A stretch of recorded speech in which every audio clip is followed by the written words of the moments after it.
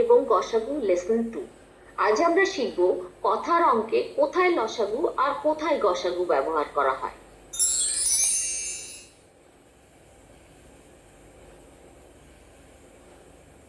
ব্যবহারিক জীবনে লসাগু এবং গসাগুর সাহায্যে কি করে নানা রকম সমস্যার সমাধান করা যায় সেটাই আমরা এখানে দেখব।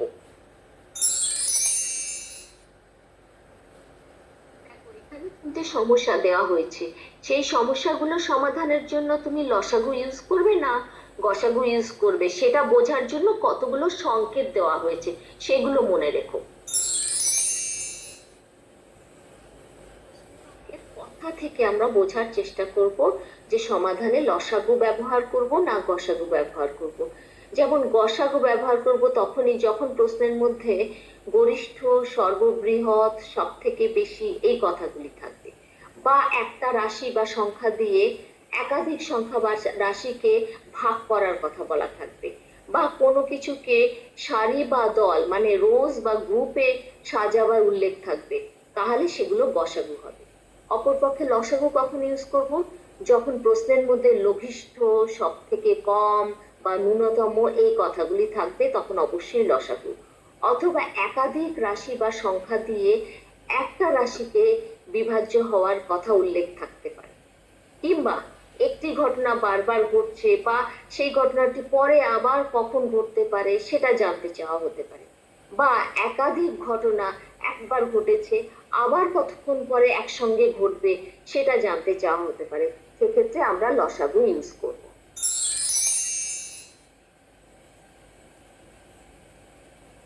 এখন এসো দেখি চার্টে দেওয়া সংকেতগুলোকে কাজে লাগিয়ে আমরা বুঝতে পারি কিনা যে সমস্যাটা সমাধানে লসাগু লাগবে না গসাগু লাগবে। তাহলে ফার্স্ট প্রবলেমটা আমরা দেখি কি আছে। 4 অঙ্কের কোন ক্ষুদ্রতম সংখ্যা 12, 15, 20 ও 35 দিয়ে বিভাজ্য হবে? তাহলে প্রথম ক্লুটাই আমি গোল করে রেখেছি, দেখো ক্ষুদ্রতম।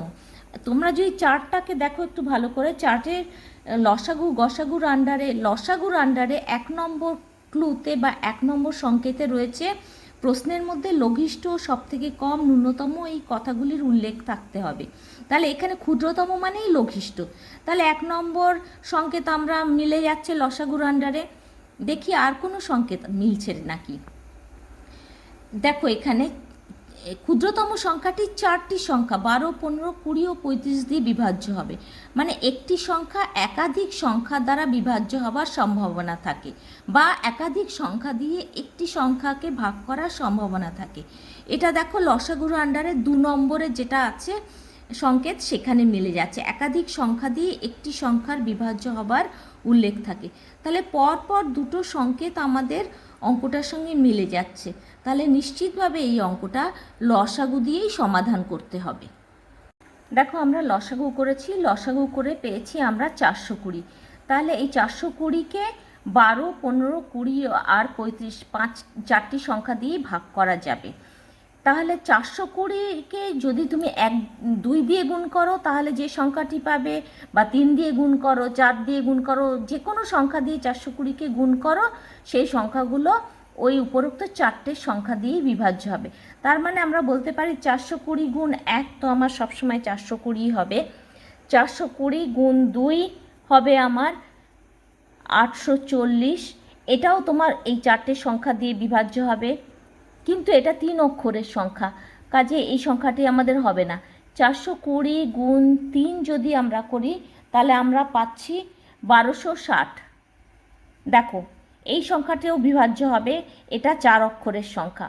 আবার যদি 420 গুণ 4 করি তাহলে আমরা পাবো 1680। এই সংখ্যাটিও 4 অক্ষরের সংখ্যা, এটিও উপরোক্ত 4টি সংখ্যা দিয়ে বিভাজ্য হবে। এরকমভাবে যদি করতে থাকি গুণ করে যে কোনো সংখ্যা পাবো সেটাই উপরোক্ত 12, 15, 20 এবং 35 দিয়ে বিভাজ্য হবে। কিন্তু এর মধ্যে 4 অক্ষরের সবথেকে ছোট সংখ্যা কোনটা? এই যে এইটা 420 গুণ 3, তাহলে আমাদের নির্ণেয় সংখ্যা হবে 420 গুণ 3 সমান 1260। 1680 কিন্তু ক্ষুদ্রতম সংখ্যা নয়, ওর থেকে ক্ষুদ্রতম হচ্ছে 1260, তাহলে 1260ই হবে আমাদের উত্তর। এবার যদি আমাদের 4 অঙ্কের সংখ্যা না বলে প্রশ্নে 5 অঙ্কের সংখ্যা থাকতো, তাহলে আমি কি এইভাবে গুণ করে করে করে কখন 5 অঙ্কের সংখ্যা আসবে 4 অঙ্কের জায়গায় সেটা দেখতে যাব? না, তাহলে অঙ্কটা অনেক বড় হয়ে যাবে, অনেক দূর করতে হবে। সেক্ষেত্রে আমরা অন্য আর একটা প্রসিডিওর ফলো করব, সেটা যথাস্থানে দেখা। এবার এসো দেখি আমরা 2 নম্বর প্রশ্নটা দেখি। কোন বৃহত্তম সংখ্যা দিয়ে 406 ও 991কে ভাগ করলে 1 ভাগশেষ থাকবে? এখানে কি কি সংকেত আমরা পাচ্ছি? প্রথম সংকেত পাচ্ছি বৃহত্তম সংখ্যা। তুমি যদি চার্টটা দেখো, চার্টে গসাগুর আন্ডারে 1 নম্বর সংকেতেই রয়েছে। প্রশ্নের মধ্যে গরিষ্ঠ, সর্ববৃহৎ, সবথেকে বেশি ইত্যাদির উল্লেখ থাকলে গসাগু হবে। এখানে বৃহত্তম মানেই গরিষ্ঠ, কাজে 1 নম্বর সংকেত আমাদের মিলে যাচ্ছে। আর কি কিছু মিলছে? হ্যাঁ, দেখো, বৃহত্তম সংখ্যা দিয়ে দুটো সংখ্যাকে ভাগ করার কথা বলা হচ্ছে, মানে একটি সংখ্যা দিয়ে দুটি সংখ্যাকে ভাগ করার কথা বলা হচ্ছে। এটা 2 নম্বর সংকেতের সঙ্গে মিলে যাচ্ছে। একটাই সংখ্যা দিয়ে একাধিক সংখ্যার বিভাজ্য হবার উল্লেখ থাকে। তাহলে গসাগুর আন্ডারে পরপর দুটো সংকেতই আমাদের মিলে যাচ্ছে। তাই আমরা বলতে পারি এই 2 নম্বর অঙ্কটি নিশ্চিতভাবে সমাধান করা যাবে গসাগু দিয়ে। কিন্তু 406 ও 991 এর গসাগু করলে আমরা উত্তরটি পাবো না। কেন? এখানে বলা হয়েছে প্রতি ক্ষেত্রে 1 ভাগশেষ থাকবে যদি বৃহত্তম সংখ্যাটা দিয়ে ভাগ করি, অর্থাৎ ভাগ করলে আমার 1 বাড়তি থেকে যাবে। এই বাড়তি 1কে যদি বিয়োগ করে বাদ দিয়ে দিই, তাহলে দুটি যে সংখ্যা পাবো সেই দুটি সংখ্যা তাহলে বৃহত্তম সংখ্যাটি দিয়ে বিভাজ্য হবে, ভাগশেষ থাকবে না। তখন সেই দুটোর গসাগু করলে আমরা উত্তর পাব। তাহলে আমাদের নির্ণেয় বৃহত্তম সংখ্যাটি হল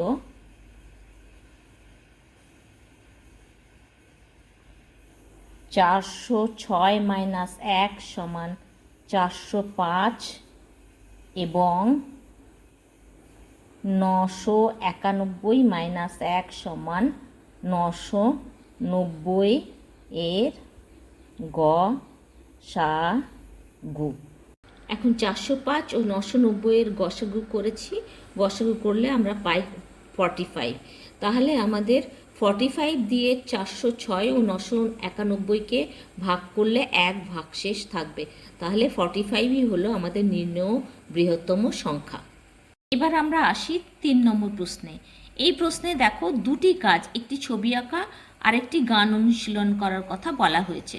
আজ একসঙ্গে করেছে, আর কতদিন পর আবার একসঙ্গে করবে।